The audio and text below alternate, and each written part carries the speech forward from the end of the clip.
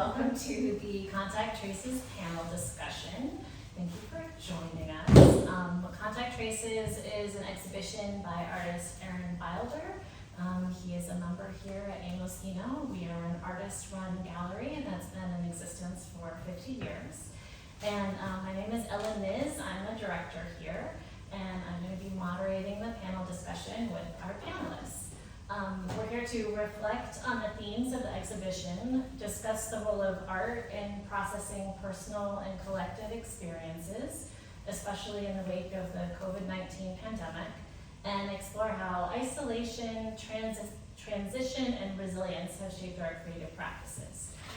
Through Contact Traces, Aaron explores these themes, and tonight we're going to expand on the dialogue with artists who navigated the pandemic in unique ways through their practices. Before we get started, I'm going to introduce all of the artists. Aaron Wilder is an interdisciplinary artist whose work explores identity, memory, and the layered effects of isolation and relocation. His artistic journey has taken him across multiple cities, from Phoenix to San Francisco, Chicago, and now Roswell, New Mexico, where he continues his practice. He has often found himself in places where he has no close contacts, shaping a deep engagement with themes of displacement and adaptation. His work is what you see here on all of the walls in this space, and then also in the back gallery where he has smaller works for sale and a video installation. This is James Horner, a figurative painter, printmaker, and zine publisher who documents LGBTQ+ history and identity. James's work is deeply personal, reflecting his experience navigating grief, loss, and community. And here we have Julianne Nash, a photographer whose work explores personal history, trauma, and ecology. She has used her art to process personal trauma, isolation, and the evolving relationship between the self and the outside world. Her projects, including The Exiles and A Preternatural Paradigm, investigate memory, mental health, and our relationship with nature. In addition to being the director here, I am also an artist. I do photography, sculpture, assemblage, watercolor, anything I want to play with. And my work explores many, many themes, often my own personal trauma and history and issues, and then also just trying to find a way to play and find joy in life. So we're going to start with Aaron. Your work has been shaped by multiple relocations, and you've spoken about isolation being a recurring theme in your life even before the pandemic. Can you just give us like an overview of this show as a whole and the work you chose to include in it? Sure, yeah, so the work in the show was not created during the pandemic. During the shelter in place, I didn't create work about the pandemic because I couldn't process it. So I didn't, while it was going on, I focused on other things or tried to focus on other things. So the work that is in the show is from before and after that intersects with elements that relate to the pandemic. And so the work that's over here is called Social Boundaries. And so it's from these are from 2018. I started the project in 2016, and it's a series of photographs of barriers along neighborhood boundaries in San Francisco. And the video piece that's off right now because of sound is also from before the pandemic. And then the works here on the shelves are about processing my departure from San Francisco at the onset of the pandemic under circumstances that were completely out of my control. And so the drawings are on test prints, darkroom test prints that I had carried with me through multiple relocations across the country, and I asked myself why I had kept them, because as themselves, they're not really of value. They're test prints, so they're not anything that you really need to keep. So I asked myself why I had kept them, and I realized that I had kept them because I had yet to process that aspect of the beginning of the pandemic. And so I made those in 2023, I think. And then these that are behind us are the most recent work in the show from 2024. So they intersect with a number of different types. It's called Abundance of Caution. And so the name takes its cue from a phrase that existed before the pandemic, but was really used extensively during the pandemic. And it's exploring a number of kinds of hazards. And so the one with the red and green is PPE, so that's the one that most directly relates to themes of the pandemic, but they are related to all sorts of different aspects of caution. And so the one on the far right has to do with gun violence. And yeah, so I think that answers your Yes, question. it does. Okay. And when you did start to process the pandemic, how did that amplify or shift your experience of the isolation that you have felt at different stages?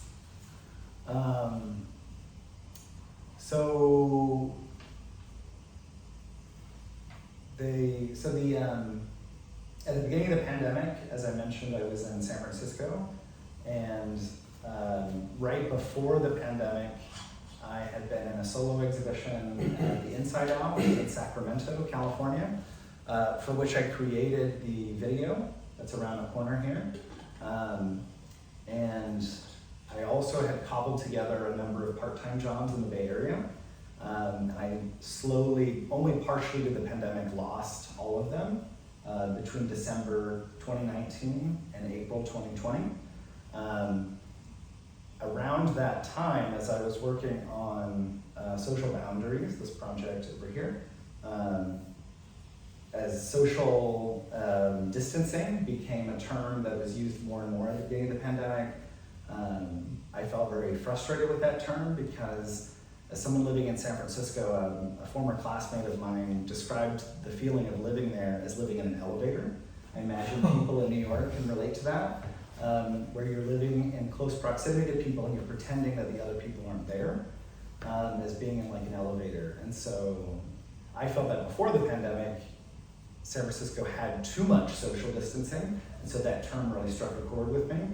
And so that sort of set me off on this sort of negative sort of trajectory as far as the terminology that was being used. And so I continued exploring this project during the pandemic. As I mentioned, it was a time that I couldn't really focus on the pandemic's effects on me personally, just because I couldn't allow myself to do it. And so I had tons and tons and tons of these photographs I hadn't processed. And so I continued to work on those throughout the pandemic and thinking about the phrases use and how that relates to these barriers in between us. And then I moved to Chicago. In Chicago, I was only there for a year and a half. I moved there because I got offered a job there, and it was my only offer of employment. My options were that or to be homeless in San Francisco, so I moved to Chicago.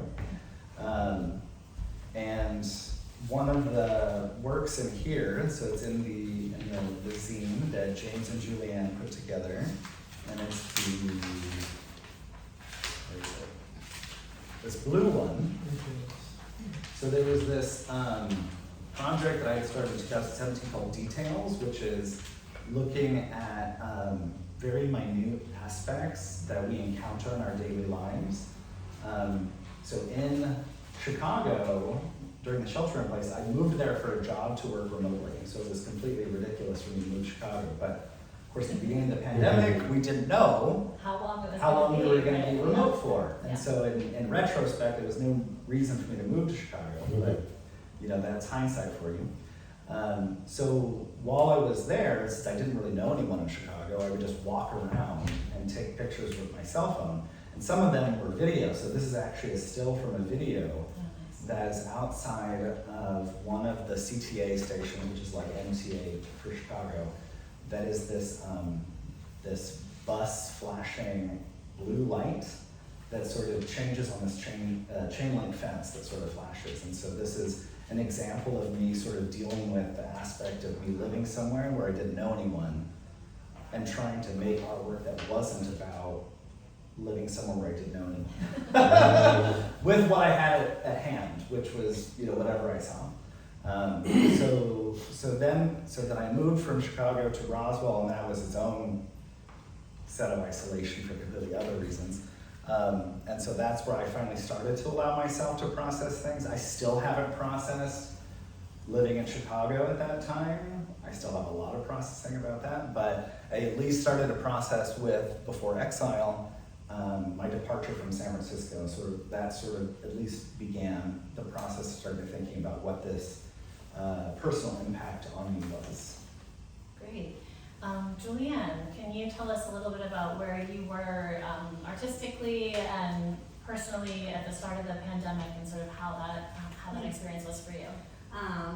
Before COVID, I was working as an artist assistant and a bartender. I felt like my career, I was 2 years out of grad school, and I felt like I was just starting to reach some momentum out of school.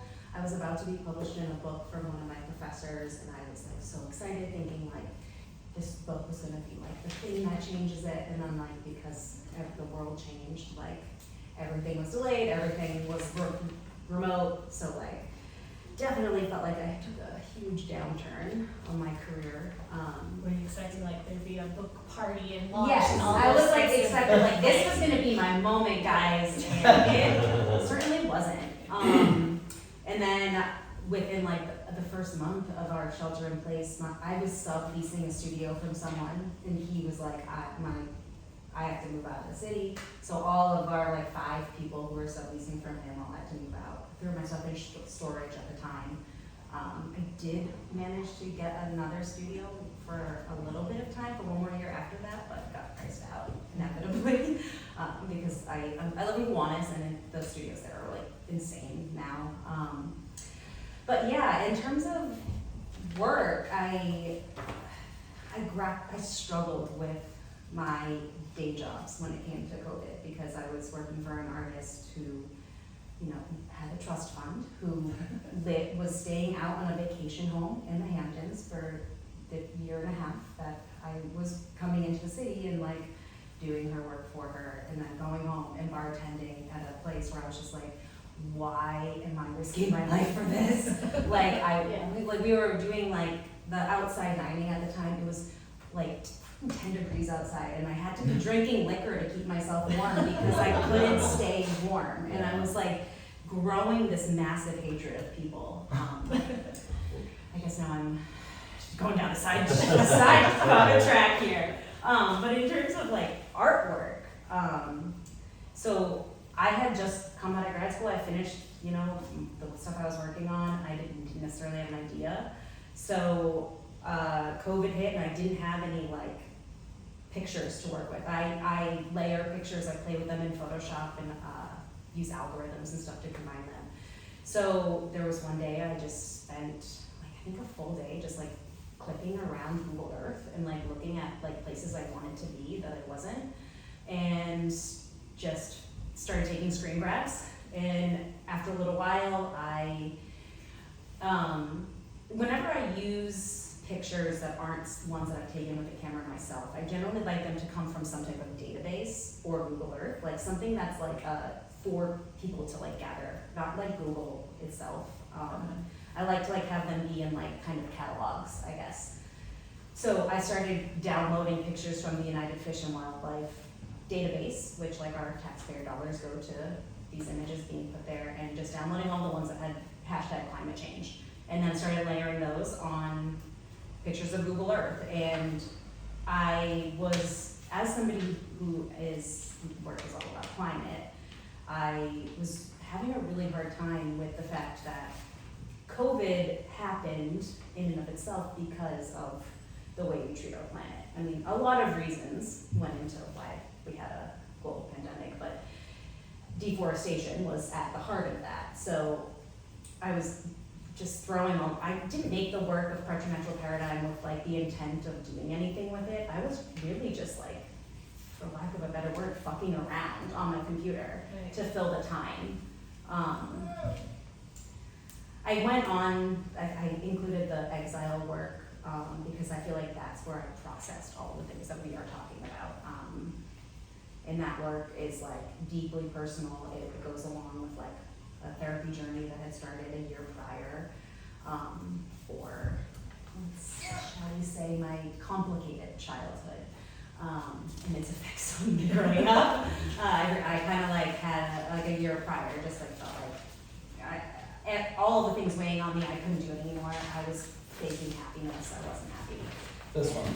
Yeah. So that's actually like the start. That was one of the first ones I made where like the concept was just like, I'm so sad, and like the little dark hole was my sadness, but there was all of these vines growing around it, and like I couldn't get to it, and no, my therapist couldn't even get to it. So like I was just kind of like creating like these voids and these feelings throughout the next like year or two, processing, you know, my personal grief, but also like all of the stuff we're talking about with how COVID, I think COVID in itself exasperated all of the inequities and all of our personal and collective traumas or feelings that we're having because of this time that was so unique. Right. Did I answer all of our I think you questions? did. I think you did. James, I'm going to ask you the same question. Yeah. Tell us a little bit about where you were artistically and personally at the start of the pandemic, and then how the pandemic evolved for you. So yeah, I was working full time, and I actually had started a class at SVA, a painting class, and so this painting here is a painting I did right before the pandemic started, and I was doing a lot of grotesque kind of figurative works. And I do remember during the pandemic when you were talking about stuff, it kind of like brought things back, and it was like, because I can't remember a lot of it, and I was looking at photos, because it was this kind of an interesting exercise, and I was like, what did I make during, like, I don't remember these things. That's I like remember, part of it. Our Yeah. minds protected us Yeah. from it. So, and I looked at the photos, and I was like, oh yeah, I took that class before, and then it stopped because we couldn't go to the class. I did a few like watercolors of when things opened up a little bit. We had waiters and we went to cafes or whatever again.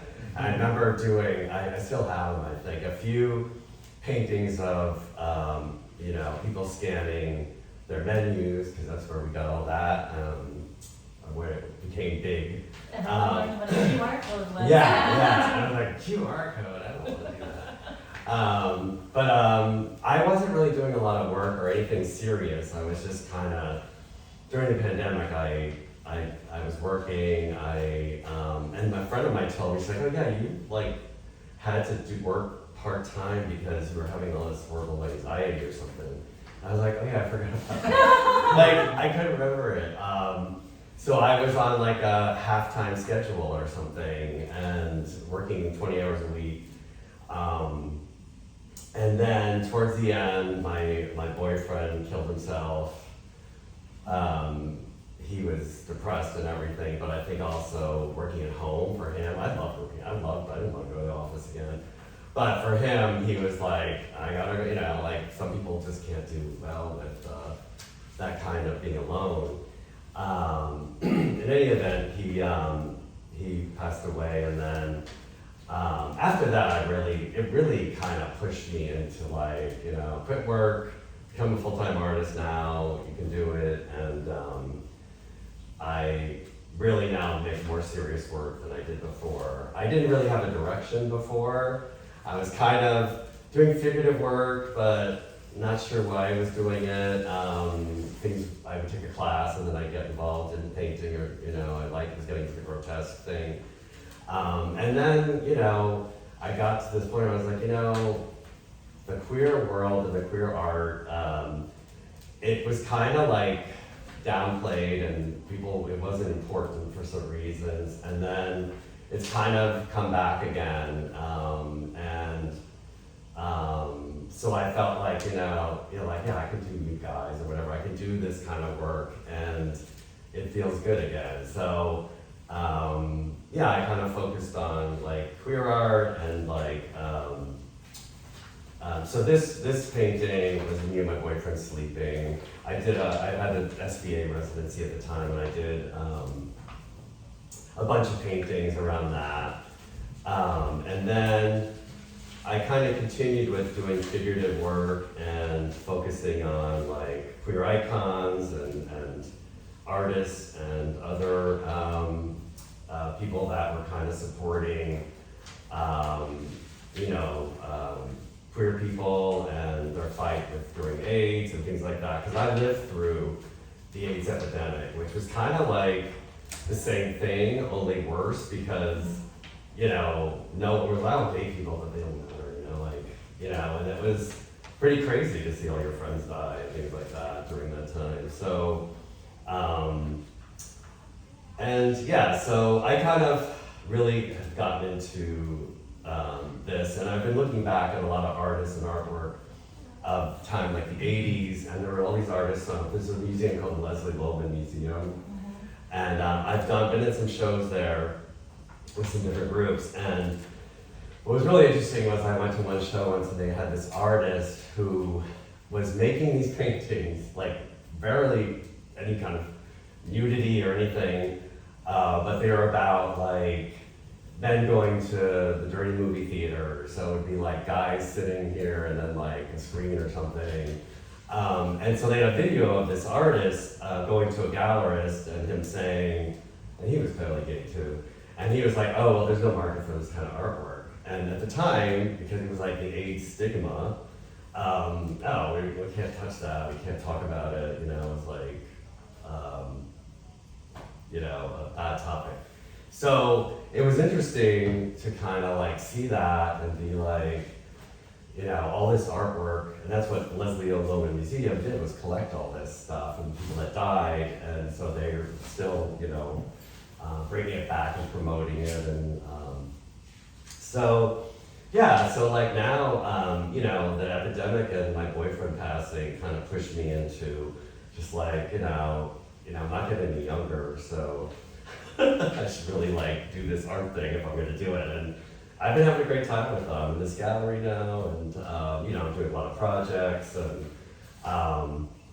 it's going very well. So do you think your boyfriend's passing was the single greatest attributing factor to you going full time? It really did push me. I was, we had discussed that I was gonna possibly retire and I would move out of the city, because I also moved out of the city just because it's cheaper and everything, and he would keep an apartment here and I would get a place out in the burg or somewhere.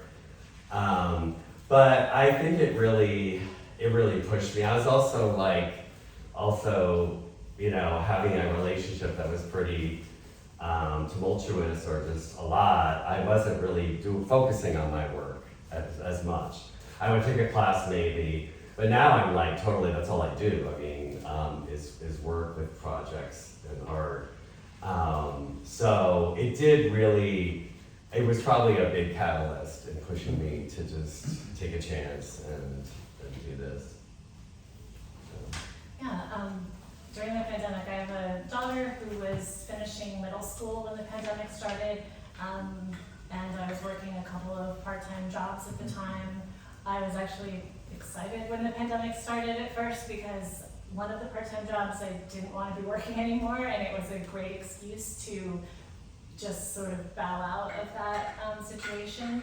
And in the beginning, I really enjoyed the free time that I had I reorganized a whole bookcase, like jumbo bookcase in my apartment, and I realized that was anxiety driven, that I was just so, I have to do something, and so I kind of meticulously was organizing things around the house, and I was excited to have more free time to spend with my family and my daughter, although we're all only children, my husband, my daughter, and I, so we really need a lot of alone time. So most of the time we were spending during the pandemic, we were each in separate rooms in our apartment doing our own things, and then we would come together in the evening for dinner and watching TV or hanging out, just like regular time. But I had recently started, several years before the pandemic, getting back into artwork and performing, which I had done when I was much, much younger, and then due to the way I was raised, felt like, well, that's not a real thing that adults do in life, and you have to get a real job. And so I worked as a writer and editor for many, many years, and that industry changed so much, and I got out of it, which was why I was working a bunch of sort of weird part-time jobs to help make ends meet. And I was starting to do art again for the first time as I was finding out, like, who am I? I have a child, and how does that change who I am? So I used a lot of the time during the pandemic to continue kind of playing with artwork. I had started doing improv like about 6 to 9 months before the pandemic started, and that continued. We would do it on Zoom, which is a terrible, terrible way to do improv. But it was at least something. It felt like there was a community to meet up and say weird things, and we would play like games online together at night sometimes. But I also just sort of took the opportunity to do weird things, like this one on page 5, Portal. I had, I would just, in previous years, I had been looking through the internet, like finding crafty projects that I could do, and one of those was folding magazine pages and stringing them together and creating bowls and vessels out of them. And so this is something that I use that technique to I built an arch out of them and covered a canvas in them, and then used an original photograph and some magazine images to collage together to make this portal. It's a 3D small, it's like a foot width and height, and then it's like a couple inches deep. And it was like, oh look, here's a door I could escape through out of this pandemic, out of this apartment that I'm kind of stuck in most of the time. And it took forever, but I finally had the time to just sort of play and do things. And then on page 10, there's a piece called Rapture, which is I started just taking weird materials and doing my own version of kind of ready-mades with them. So this were some concrete, like tiles, outdoor tiles that I took, and I just started dropping them on purpose and cracking them in different ways, and then using these like faux leather laces to like kind of reassemble them back together. And photography as well. I got back and I was like, that is something that I can do no matter what. And so I started taking pictures again more frequently and really focusing on those, and then using them in collages. So it was like a surprisingly fruitful time for me artistically, but also weird because I felt like I was creating a lot of stuff, but without a community of artists around me for the most part, and without any way to go and see, there were online exhibitions and viewing rooms, but that's obviously not the same. Would you say that, sorry, is it okay to just pop in yes, the questions? please, Okay. yes, of course. Would you say it's somewhat similar to your, as you said, anxiety-driven reorganization of the bookshelves? Do you see these kind of projects where you were taking materials apart and putting them back together as a way of establishing a sense of control? I'm absolutely sure that was part of it. I wanted to I definitely have a lot of control freak tendencies and like things to be a certain way. I just meant as far as the situation. And the pandemic felt so, it was so untethering, it was like, what is gonna happen? And, I moved to New York from Ohio when I was 22, and all of my family lives elsewhere. And I realized, I was like, but how am I gonna see my parents? How am I gonna see my grandmother, who's very old and has dementia and getting worse and worse, and I can't see them and they can't come see me. And I was constantly trying to make travel plans, and my husband was like, you can't do that. And I just was like, but we have to. And it was so I was like, well, I guess I'll just break things and put them back together on my own. I was like, so how can I turn this into something? It was definitely part of it. It's both destruction and then also mending. Yeah, definitely. Let's see. What else feel like we've talked about so much. So James, your art often serves as a form of historical documentation for queer communities, and you mentioned a little bit about how the pandemic made you focus more on that again and sort of make that the center point of the work that you're doing now. Did you feel isolated from queer communities and, you know, in the arts world during the pandemic, or did you still have a sense of community? No, I think I had a community. I you know, kept in touch with all my friends and family, and I think a lot of it came out of kind of like pushing it away when I was younger and not that I had this huge desire to focus on it, but I think with my boyfriend passing away, and you know, I found out too there's a lot of queer youths who have killed themselves. There's a lot of suicide around the queer people and whatnot. And you know, I think he had problems with being gay just because it was his family was not really that accepting of it. I mean, they were like tolerant, it was fine, but it was just like not the best. So I kind of felt like, you know, I didn't really participate a lot in a lot of stuff that was going on during the AIDS crisis, like ACT UP, and I just was not like mature enough to even handle that kind of stuff. I was just like a stupid college kid, and, you know, just going to clubs and whatever. So I, you know, didn't feel like I had really done enough, or like, I feel like now I'm older, and so I kind of feel like I'm learning a lot about history and you know, a lot of these artists I'm looking at and researching. I've been kind of doing a lot of that. I just did a zine about a bunch of these artists and kind of was researching them, and so it's just interesting. I like to learn. I like history. I like that time period. It's interesting for me because I grew up during it. So I kind of feel like now I'm kind of like, you know, I found a place where I can like focus and kind of like do stuff I really like, and you know, I am pushing the boundaries some with like nudity and things like that, which is like so not me, but I kind of feel like it's good. It's like, you know, what am I afraid of? You know? I don't have a job anymore. I don't have to worry about politics. I'm not going to, you know, be a president or anything.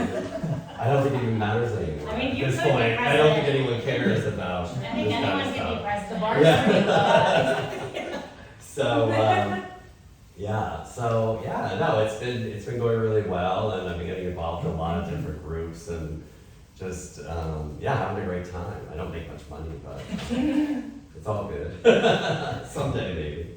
And Julianne, how about you? Like, how has your artwork changed? Have you found yourself prioritizing anything different in your work, or developing a different sense of different communities since the pandemic? Well, definitely this community, because losing my studio was my decision to come join this gallery, because I was like, And we're wow, this is a lot cheaper than the studio, and this has some equity in it in some capacity where the other one felt like an endless pit of money. So that definitely, like, gaining this community. I left a job at one point, like the one I was working for the artist, kind of impulsively when I had gotten this job close to my apartment at like a still life photo studio, and it did not go well. I kind of got personality fired, so it totally just shattered me as a person for about a year, being like, I'm awful at everything. I need to like build myself up from nothing, which is part of like where those exiles like really grew, because with COVID, like I had been diagnosed with complex trauma for a long time. The moment I walked into my therapist's office, she's like, you have PTSD. And it took about 2 years working with her to realize that I also have OCD, which came out of the pandemic and heightened a lot of, you know, cleaning tendencies, compulsive tendencies. My thing is skin picking, so I was like picking all over. I was a disaster. And making those exiles, like there's only one here, but like that's when it's like really compacted, but like over those 2 years, it became like flowing water, like as I like healed and worked through all this stuff. And then it became like, you know, a representation of my growth. So then as I looked at that, I felt like I could then like go off and accomplish more and gain that confidence back. And now I'm working for a florist and I take pictures for her. And this is like the first time I've had a fulfilling work environment. Like I work with like really nice women who, only one guy, mostly all women, who are so supportive, and I like get to really be myself, and like I feel like, oh, that personality fire that I got, like here's me like personality flourishing, like it's been very fulfilling to be able to like be my nerdy self. Yeah, so I feel like my life changed completely, and like the way I work.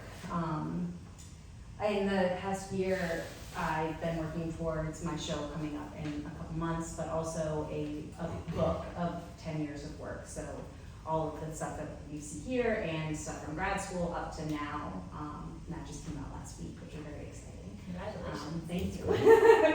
I'm very excited about that.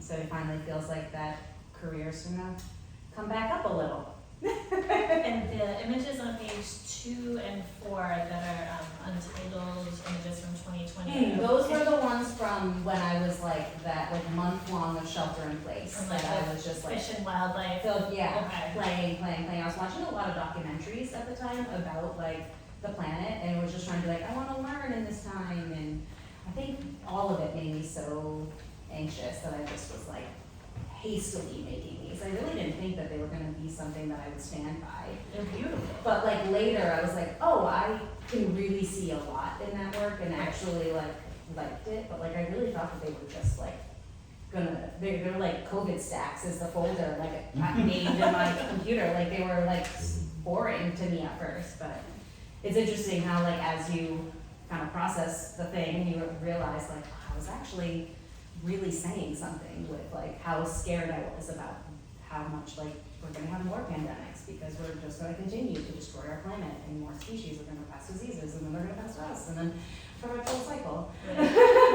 During the pandemic, one of the women that I did improv with, she's really into virtual reality, and she had like a ton of VR headsets, and so she would like lend them out. So I remember going to her house and sort of meeting her outside, like a handoff to get her VR headset, and then I went home, and it's like there's all kinds of virtual reality things you could do, but most of what I did was go on like Google Earth and walk.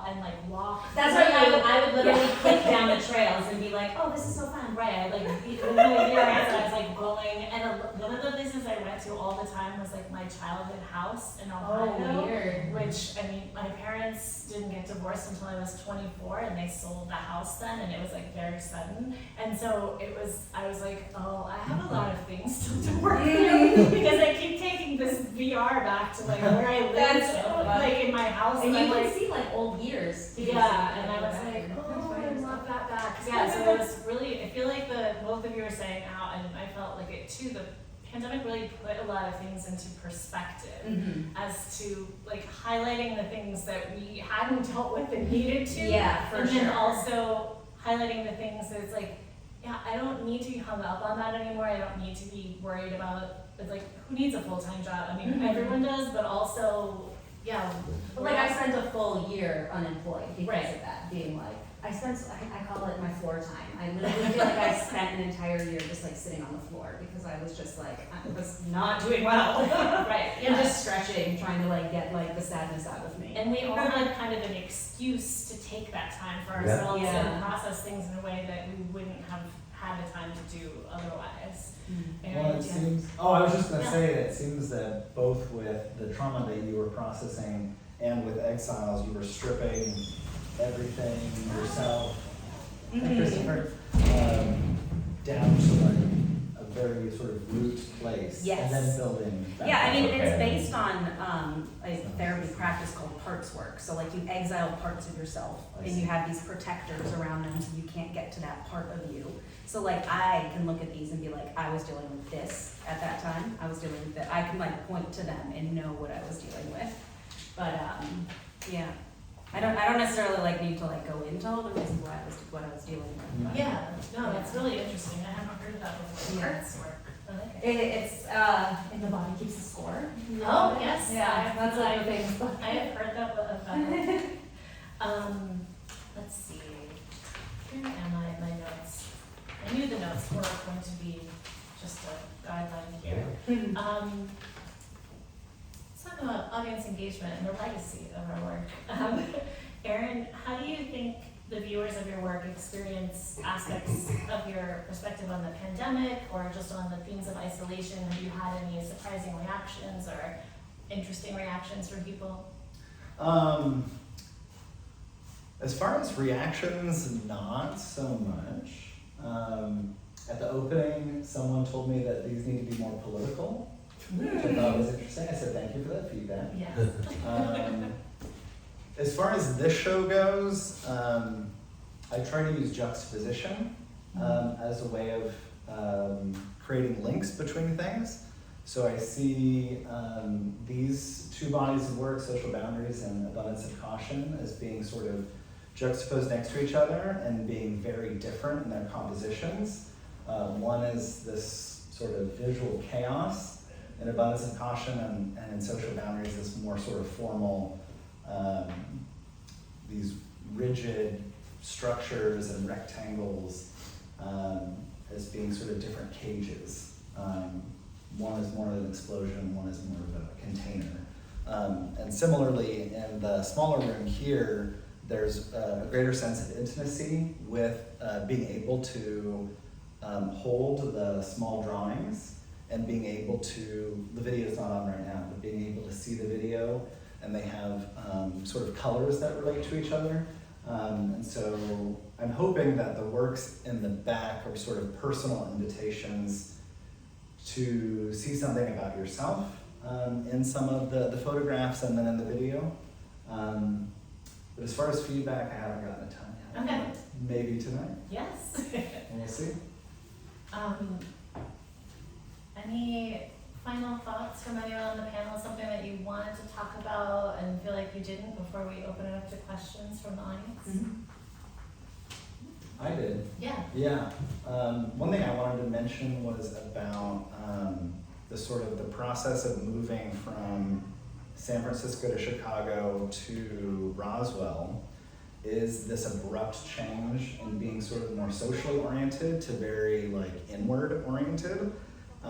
So I mentioned that the video in the small room here is from a solo exhibition I had at the Inside Out in San Francisco. That exhibition was called Expletive Chapel Lavender Heights, and so Lavender Heights is the historical LGBTQ neighborhood in Sacramento, and that exhibition was creating a chapel, a sort of a safe, sort of secure, holy place for the histories, the queer histories that existed in Sacramento.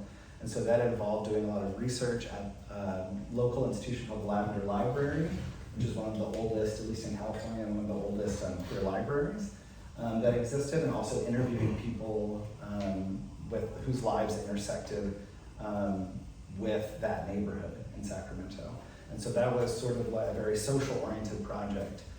Social Boundaries at the time was a very social project. I had this whole proposal with the city of San Francisco where I was going to map every single 80-something neighborhoods in San Francisco and photograph these kind of structures along every single neighborhood boundary. And so that had gotten all the way to the San Francisco Arts Commission, and I almost got it, but I didn't. But that had sort of, the two experiences, both the proposal getting so far in the process and the experience in Lavender Heights in Sacramento, had sort of pushed me in this direction that I really was excited to go into. And when I sort of plopped into Chicago without really having any connections to anyone, I had proposed this social project, which in retrospect, I was really not only wanting to continue this sort of social direction, but I was like, I really want to connect with people. Right. And so I've been kind of working on this project, exploring, doing interviews about notions of masculinity across the sort of gender spectrum.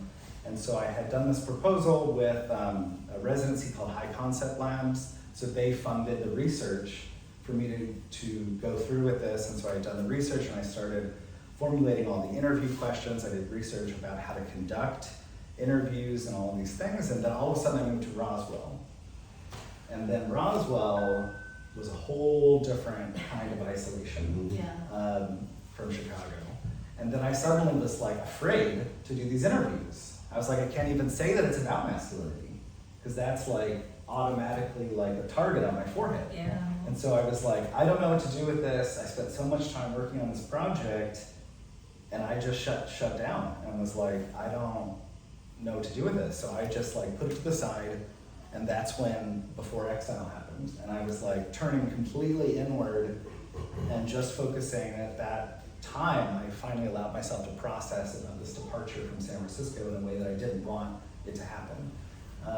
And so I still feel like I'm in that sort of internal area now. I want to get back to this interview project, and I just don't know how to do it. Because I'm like, how can I be sneaky and not talk about it being about masculinity, but it be about masculinity? Because that actually would be really interesting. That would be well. really Yeah. interesting. But how do I not get shot? Right. Can you travel and do it somewhere other than Roswell, where you could feel Sure. more comfortable, maybe? Possibly. Possibly. The mean streets of New York, perhaps. I gotta get up the courage. That's what I gotta do. Yeah. Anyway, I just wanted to mention that as this sort of trajectory that was going, and then all of a sudden, Right. wind removed from sails. You know. It's interesting, your exhibition and this panel discussion, and then I recently was in a 10-minute play at the Queen's Short Play Festival that was focused about the pandemic, and I do feel like as we're hitting this 5-year anniversary of the pandemic, that there's so much more talk about it than there has been for a couple of years. It was like when it was over, quote unquote, everybody was like, great, let's not talk about it ever again. But now we're coming back and going, actually, wait a minute, there were some things we didn't really deal with about it that we need to process. And my daughter started college in the fall, and it did not go well. She is back at home and doing fine, but the play I was in was actually about a mom getting a will made in case she should get COVID and die, and how she wasn't giving everything to her child because the child was having a lot of mental health issues, and I was playing the mom, and I was like, as I was reading the script and rehearsing, I was like, oh, I have a lot of things I need to process about being a mom of a child who went through the pandemic, and she did great in so many ways, but also it was a very difficult situation socially for her to be in middle school and then start high school without that social connection, and sort of mourning as a parent not having those quote-unquote regular experiences that you expect you're going to have with your child in high school, because none of it was what you expected. There was no, first year of school going to all of the performances and meeting other parents, and her getting to make new friends, really, other than on Zoom, which was very weird. So it's really interesting to see how it's all still percolating, and obviously people are still dealing with it. We had an artist who came into the gallery recently and was looking at the exhibition, and he shared that he had COVID, and he showed me, he had a scar in his neck from where he had been intubated, and he was in a medically induced coma for 2 months, and barely survived. He's like, they didn't tell his wife at the time, and he didn't know obviously until much later, but only 25% of the people, and he got COVID in 2021, so it was, almost a year after, but only 25% of people who were intubated at that time actually made it through. Wow. And his wife went to the hospital one day while he was in the coma, and there had been 3 other patients intubated in his little area, and they were all gone because they had died. And she was like, oh, I didn't think that was possible. But he said, it took him a long time to recover. It was very challenging, but it really changed his whole perspective on life. He was like, I spent so much time on my art before, and I still love art, but I don't spend nearly as much time. Now I travel. And my wife and I are traveling because I'm not getting any younger, and I want to see places, I want to go places. And he said he was so worried about his art and having a brand that was recognizable before and making things a certain way. And now he's like, now I just make whatever I want, and I don't give a fuck what anybody thinks about it. I think it was like a pretty calming Yeah, response. yeah. It's like everybody is going, you know what? Like I have to do me and not All of this worry is about. made up. Let Right, me just exactly. not pretend my way. Right. At the end of the day, you have to enjoy what you're making and what you're doing, and process everything in your own way. Okay. Does anyone in the audience have anything to share about their experience of the pandemic or artwork, or any questions for our panel? No. We have told them everything they need to know, guys. No, I just want to Aaron explain us Aaron his artwork a little bit, you know. These ones? Yeah. Yeah, especially that second and the This one? Yeah. The two in the middle. Then maybe this. All of them, please. Okay. Well, yeah, so this is a series, this is the most recent work in the show. And this was specifically made for the show. And so this series was made last year. And it's more than just these. These are 4 of, I want to say, I don't know, maybe 12 to 16 works. And so they are digital collages that are printed on aluminum. Print. Yeah, these are printed on aluminum. Another member, Grant Johnson, told me about Tribeca Printworks that he has his photographs printed at. And so this is the first time I've worked with this kind of medium before.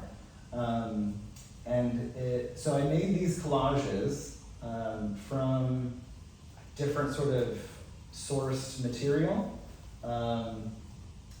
that are in different color schemes. And then from when I was in art school, there was a classmate of mine who used this app called Fragment. And I loved his work that he created with Fragment. And it's the second app ever that I paid for. I'm really big into not paying for apps. And I had never used it. And I loved the work that he created it, and it just was on my phone for a really long time, and I never used it. And I kept thinking to myself, I really want to do something with that. And so there are basically 2 layers of collage. So I made the collage, and then I processed it twice through Fragment. And so the first time you kind of see these lines here that don't have color, where it's kind of chopped, like kind of ripples coming out. That's the first layer in Fragment, and then adding the colors and shapes was the next layer in Fragment. So I guess you could say it's 3 collages. And they're all sort of focused on different, so this is more of like, I guess you could think of boundaries, but also chemical exposure. Is that inspired by the Bayer trial, the weed? Maybe. Subconsciously. A little bit. Actually, well, yeah. The one on the far right is called Survivors Will Be Shot Again. That, in some ways, is my experience of living in Roswell, which is gun-toting country. And I think, yeah, so anyway, I could ask me about that if you're interested. There's a whole lot But of it's talk also about connected that. to the COVID. No, not directly, no. No. The whole series is abundance of caution, so there are different types of caution. The one that's here in the green and red is called PPE, and so that's looking at a number of different kinds of PPE from, so personally protective equipment, something that was sort of a cute buzzword during the shelter in place. You see the gloves that were a major aspect of PPE during the pandemic. And then to things that are not really thought of as PPE. So if you look in the red stars, there's a watermark by whoever the commercial company is who made that image. Thinking of the watermark as like like intellectual property as a type of personally protective equipment. And so that's just sort of one of the lenses that you could look at this work through. So it was a departure point, thinking about different types of caution and thinking of what does an abundance of that caution look like. So it was a lot of fragmentation, chaos. Again, it was meant to basically be almost the opposite of the structure of this body of work. Yeah, I don't know if that answers your question though. About the last one, you. This one? This one's called Out of Order. This one's meant to be a little bit more ambiguous. So it's basically taking a bunch of different, this one also has a bunch of different sort of warning signs and poison symbols. Yeah, this one's meant to just be a little bit more just caution in general. I love the introduction. By print, you mean using printer or using the reverse to do some magic? I like that, it's magic. Oh, magic. So this is so I guess you could say I outsourced it to a company called Tribeca Printworks. And so I gave them the digital image. They used a process called dye sublimation to print it on the aluminum. Oh, okay. They have something special machine. Yeah, it's I probably should know how you do dye sublimation, but I don't.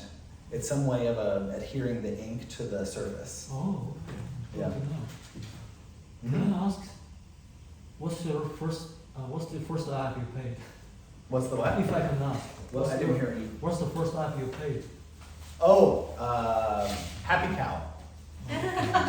It's a vegan restaurant app. Nice. My sister made me. It was the first one I downloaded and I was very resistant, but she was an ambassador for Happy Cow.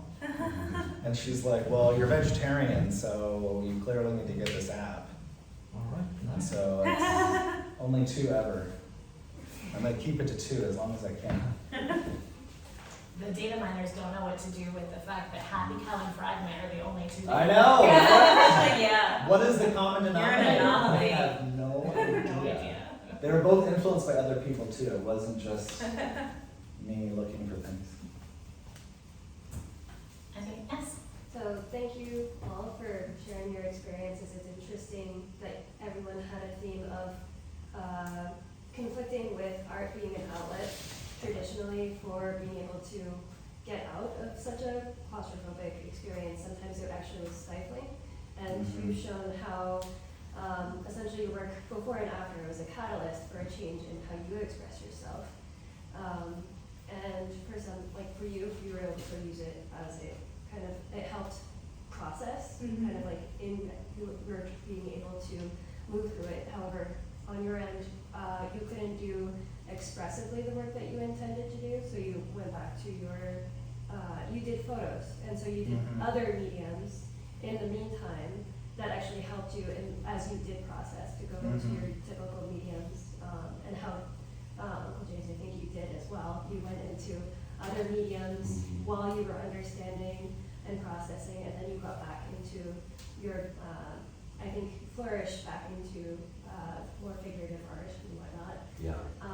And for you as well, it gave you literally an escape. You could also work through some of those different things. So it's fascinating how your approaches to art's different, but also in how you handled those moments of stress and everything else, the different relationships you had with art. I was curious, moving forward, have you each had, do you have any same stress when it comes to art? Do you find yourself moving to the same mediums again, or are you going towards what you feel like is your primary language with art? And maybe starting with Ellen. Sure. I definitely struggle with when I sit down to make something or be artistic, thinking I have to make something amazing and can get in my own way a lot in that respect, where I think what I'm going to create isn't going to be good enough, and I'm not a real artist because I didn't go to art school, and I'm almost 50 years old and only started, between 5 and 8 years ago with any sort of consistency.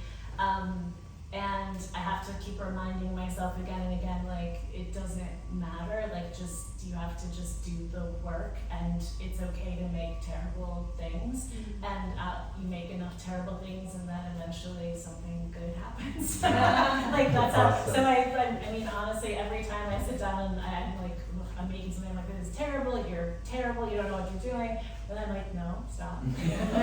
Like, you are learning, you are trying, you are experimenting, you are playing. And so if I can just try to remember, you know, oh, I'm just playing. And watercolor is something I started very recently, and I found that that has been a really good thing to do every time I go to the studio, is to do watercolor first, because it's cheap, it's easy, it's quick, and you can make something terrible really fast, and it sort of just lets loose of, you know, and then I'll have other ideas while I'm it's sort of meditative and opens up my brain to just think about it. And as I've been doing things, I really wanted to get away from working on a computer too much, so I have avoided some more significant photography, but I have found that I do really miss it, and so I think that's probably going to be something that I really focus on this summer, is just going everywhere with a real camera and not just my iPhone, and taking a lot more photographs that I can either just print, perhaps dye sublimation on aluminum, or use in collages and assemblages.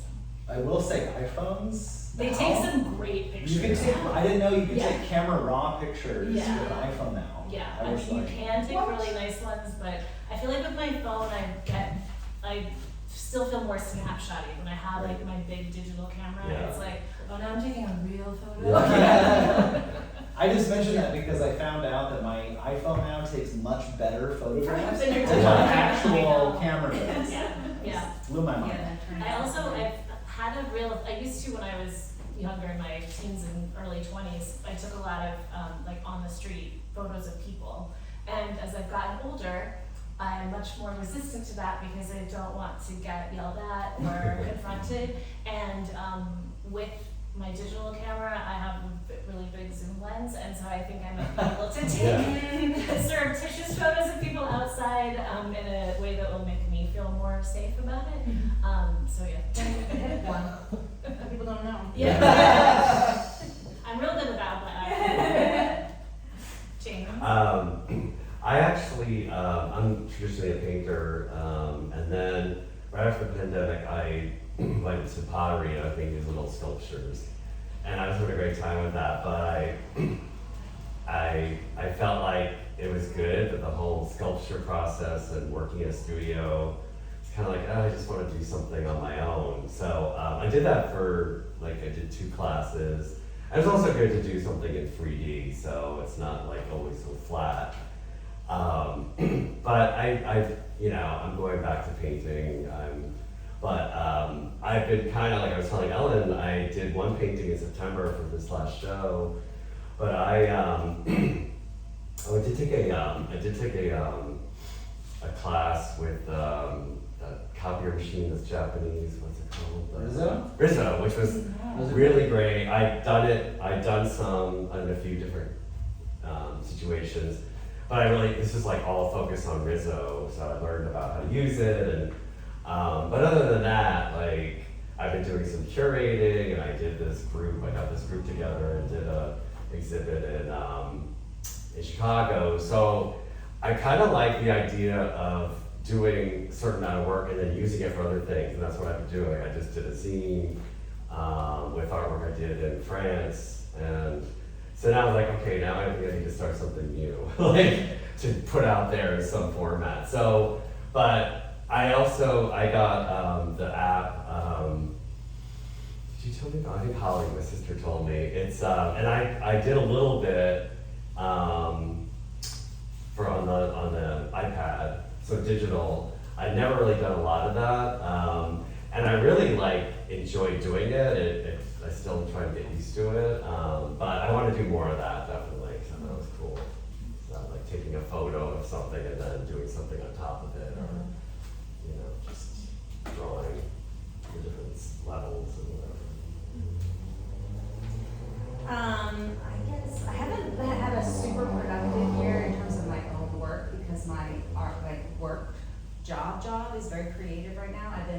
photographs with the florist for a book that we just published, so I did have very fulfilling creative work in that way, but the few things I have made in my own work, I've been trying to push myself more towards like abstracting my style a little, which has been a little hard for me, and a lot of flops here and there, but I'm trying to push it less towards the personal and more towards the collective.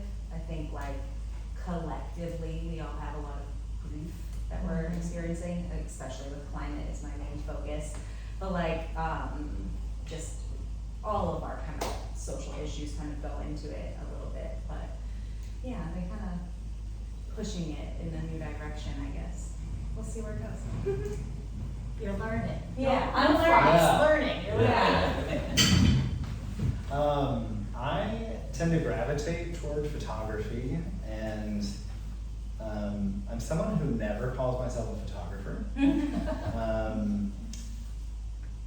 I think part of that is being surrounded by photographers at art school, and they're like, "You are not a photographer," because I never learned the basics. Like I didn't have sort of like a BFA kind of experience where you learn all of the like nuts and bolts of like, this is what a camera does, this is this, that's that. I just kind of like flopped into it and just stumbled through it, and that's so I use photography as a primary medium of my practice, and it's become kind of a crutch actually, and it has become kind of a easy thing to do, and I default to photography now, or photo-based things like collage, and that's something that I've only recently become aware of, and I know that there are a number of things that I want to do. I want to get back into sculpture, and I'm afraid to do that, because there's so many things I don't know how to do. There's so many processes I don't know how to do, that I don't even know how to start doing. But I used to work in sculpture, and I'm trying to figure out a way to get myself unafraid to go in that direction. And there's also this social practice sort of mode of work that I had been moving up into that just sort of like terminated, and trying to figure out how to get back to that. Yeah. Thank you. Julianne, sorry, maybe you already talked, but before pandemic, your theme is, what type of is it? You changed very much the theme? During. First. My theme, Or I guess very change the artwork, or? it's all really like kind of growing from the same place, but I would say like I am doing more research as to like what's going on in the landscape, or what's going on politically, culturally, historically in the landscape, and those things are being more, I guess previously I would have like I'd see something wrong with the landscape and I would document it, and then I'd make a picture about something very specific, where I'm trying to have it be a much broader, less like literal, I guess.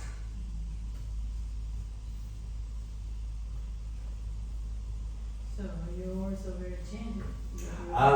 No, I'm like during my MFA, so I started back late. I was doing classes for years. You're saying you started later. I started my MFA when I was in my early 40s, and now I'm like, took me another 20 years to really get involved in being like a full-time artist. So it's not easy, but I was doing a lot of figurative work, of some abstraction. I was kind of influenced by my professor in my MFA program, and then but I was doing figurative, and I was doing like grotesquing the figure or some, and then I've gotten back to more just like kind of naturalistic, but maybe some abstraction, but it was funny, I was in the Louis Vuitton store today, and you were bringing up the abstraction, and I was seeing these abstracts, they have real artwork there, and I was just like, they're just like really cool and like abstract and like just minimal, so who knows? Be the next Louis Vuitton artist? Yeah. No. Yeah,